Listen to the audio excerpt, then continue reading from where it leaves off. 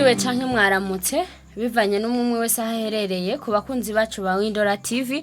Uyu munsi kandi turongeye turagarutse muri kumwe nanje Mugisha Driss hamwe na Izayi nkuko bisanzwe Driss ntitwari duherutse kuri Windora TV tukubaze ingene byaragenze canke tubandanye reka tubandanye hanyuma rero nkinzi ngabo Izayi turaguhaye ikaze kugira ngo dushobore kuganira.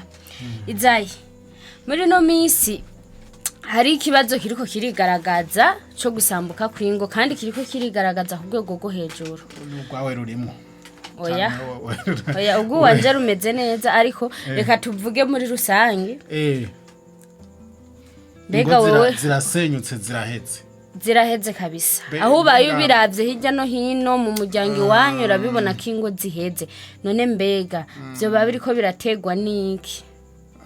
Ibintu bituma ingo zisambuka ni byinshi cyane Driss, ni byinshi cyane kandi nawe hari ibyo ubona hari ibyuzi ariko rero kera nibyo ingo naho zarasenyuka ingo zigasambuka umuntu akajabuje yego akahukana bakamutekerera yabyaye nk'abakobwa gusa canka yabaye intabyara n'izindi mvo nyinshi yego. Ariko rero no munsi mwino misi ibintu biratangaje gose kandi baza yuko izo imvo za kera sizo z'uyu munsi batiretanye bavuze ati nzogupfira.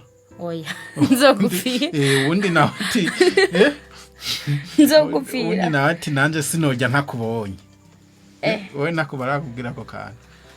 Oya nanje nta muntu nokabwira nzogupfira nzokubambirwa nzokubera itara mugabo abantu babanye imisi ibiri hariho nabavanye ngo haheze indwi abana baheze ukwezi umuntu ari akibaza none nibiki biterwa niki ni kiye kintu coba kikakunanira ku buryo uhitamwo gutandukana n'umuntu mwakundanye igihe kitari gito mukagera ku bana hama mwabana inyuma y'igihe gito cyane mugaca bitumvikana. Ni gute umuntu wawe ndi mwabwirana shu chérie zo gupfira nene kwa mushaka kubana mu ndwi zitatu mu kwezi bikaba biranse ukaba wumva ushaka kwitahira canke mbere ukaba wumva ushaka ico mwica umuntu akaba yumva kabisa yarege naho wopfatana kimwe. Rero hari ibintu byinshi ni byinshi kandi nta nibyo twovuga ngo tumare mino minota ibiri ariko ari ikintu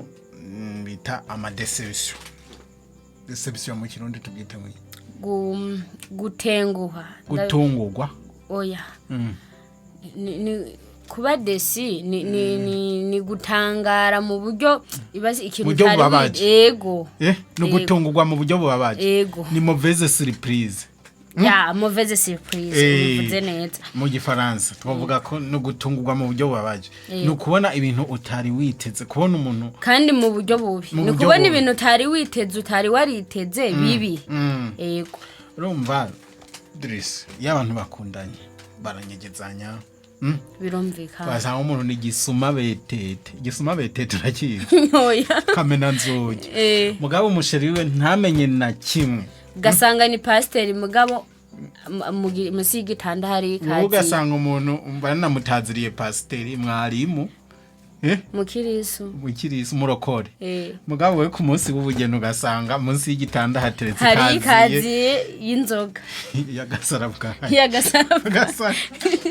azabise kazi ya dundu bwonko niyo iri munsi y'igitanda nta joro na rimwe abataborewe mu buzima bwiwe. Rero iyo umuntu ashishiwe n'ico kibazo nk'uwe ugasanga wari umukirisu wari umuririmbyi cyangwa ugasanga washimye inkumi mu rusengero yitonda imeze neza ntinywa inzoga nivyo yambara neza irikwiza ni myiza nivyo mugabo ugasanga afise umutima mubi n'umubano mubi nta muntu numwe mu rugo rwanyu hagenda nta mubano numwe mubana neza yego ugasanga nawe ubwa kuko bugiye umuntu abana nabi n'abandi kimushikana iryo jara karara tukanye n'ababanyu rana nka tuba dupanze yego ababanyu wa mbere akarara mukubise yego haheze nk'imisi ibiri nawe akaba atanguye kugukubita canke kugutuka. Rero romba ko kuntu abaho de surprise umuntu ukamubona mu buryo utigeze umwiyumviramo muri fiançailles kandi bitegerezwa kuko nibaze yuko umuntu nagushobora kumenya ijana kwijana mutabana umuntu ntushobora kumenya ijana kwijana ariko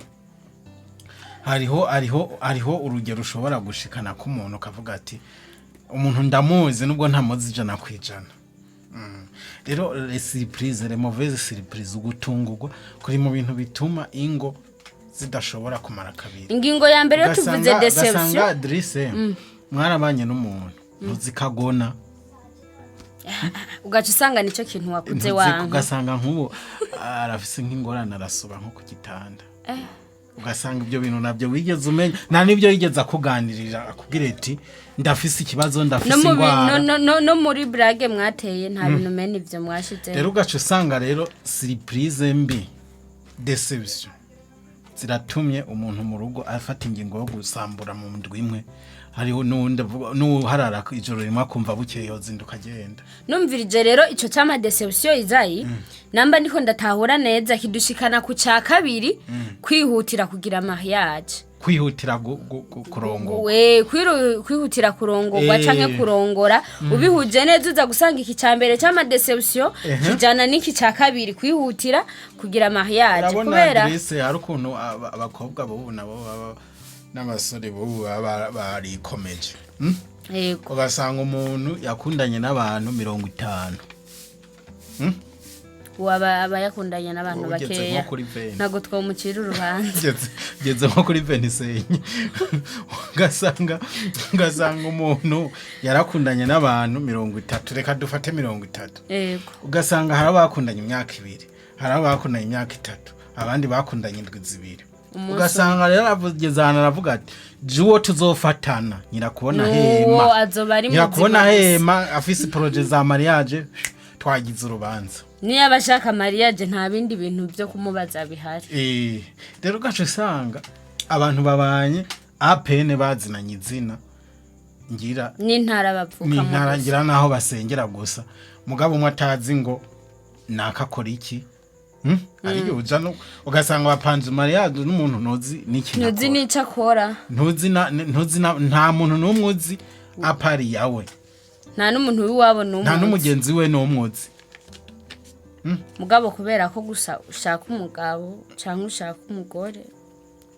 Kubera ko gusa wumva ushaka kugira urubanza ugakubitana n'umuntu mu kwezi kumwe mukamuragize mariage. Muri makeiza kubera tureke n'ibyo. Hariho n'ikindi kibazo nkumbure nitwokinjizamo ugasanga nk'abadiaspora diaspora.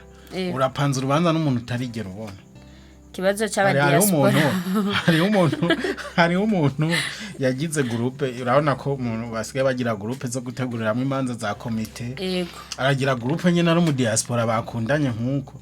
Hanyuma baza kumva ko ntibari kugira mariage batarabonana. Yego. Hama umunsi wo kubonana nyene aca sanga ifoto urabona zijya foto mu ifoto zurazibona.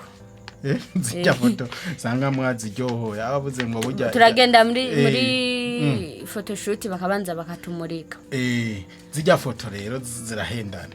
Amubonye asanga n'umuntu atomwera ko n'amazi. Hari umuntu usanga twavuga ngo hari abantu babi zico cyatuzinduye. Muga hari igihe ubona umuntu ukabona si wo wifuza. Kumva si wo wifuza kubana nawe. Isura yiwe ni kuryoheye. Ni kuryoheye. Ni gushimishije. Ariko abantu bose ni beza. Hari hamaze gupangwa komite mugabo mariage cirapfa.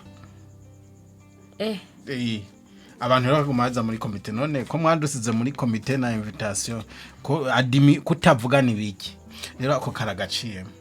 Ndimo kwihutira kugira mariage umuntu mutaramenyana.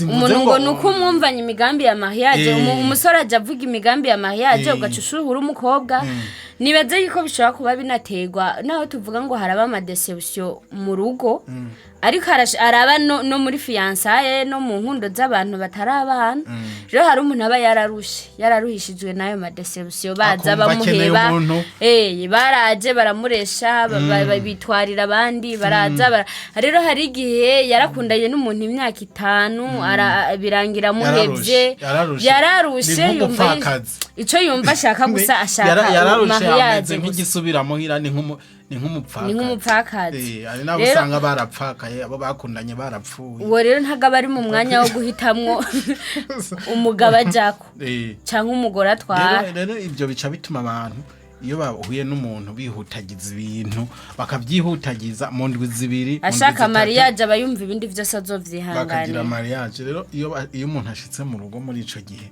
arashobora kubona idefo niho haca rero haza za deception wisanze nushobora kubura deception ku muntu mubanye ko niwo mumenye ijana kwijana niwo menye umuntu ijana kwijana ishobora kuba deception surprise nziza canke surprise mbi iyo zibaye mbi nyinshi rero hari gihura na surprise udashobora gusupport udashobora kwihanganira ugacuvuga ati jewe biranse nkuba wari ingeso ku muntu uvuga ati vraiment sinobishobora kandi iyo surprise mbi gusumba izindi rero niyo umuntu anyegeza cyane gusumba izindi ugaca usanga rero mugabe iyo mwakundanye n'umuntu ntihabura n'umuntu aguha amakuru iyo mihaye igihe ufise umwanya wo kumenya umuntu nabukebuke ugasanga ugiye kubana n'umuntu ntuzi wabo mwahuriye hano mu ikariti ugasanga ntuzi wabo gerageza ushiki wabo habone ubone nyoko bukwe hari n'igihe aba yaraguhenze atari wabo naho hantu yakubwiye ibyo bikunda kugira abakobwa ariko urumva no gufata kanya ukamenya umuntu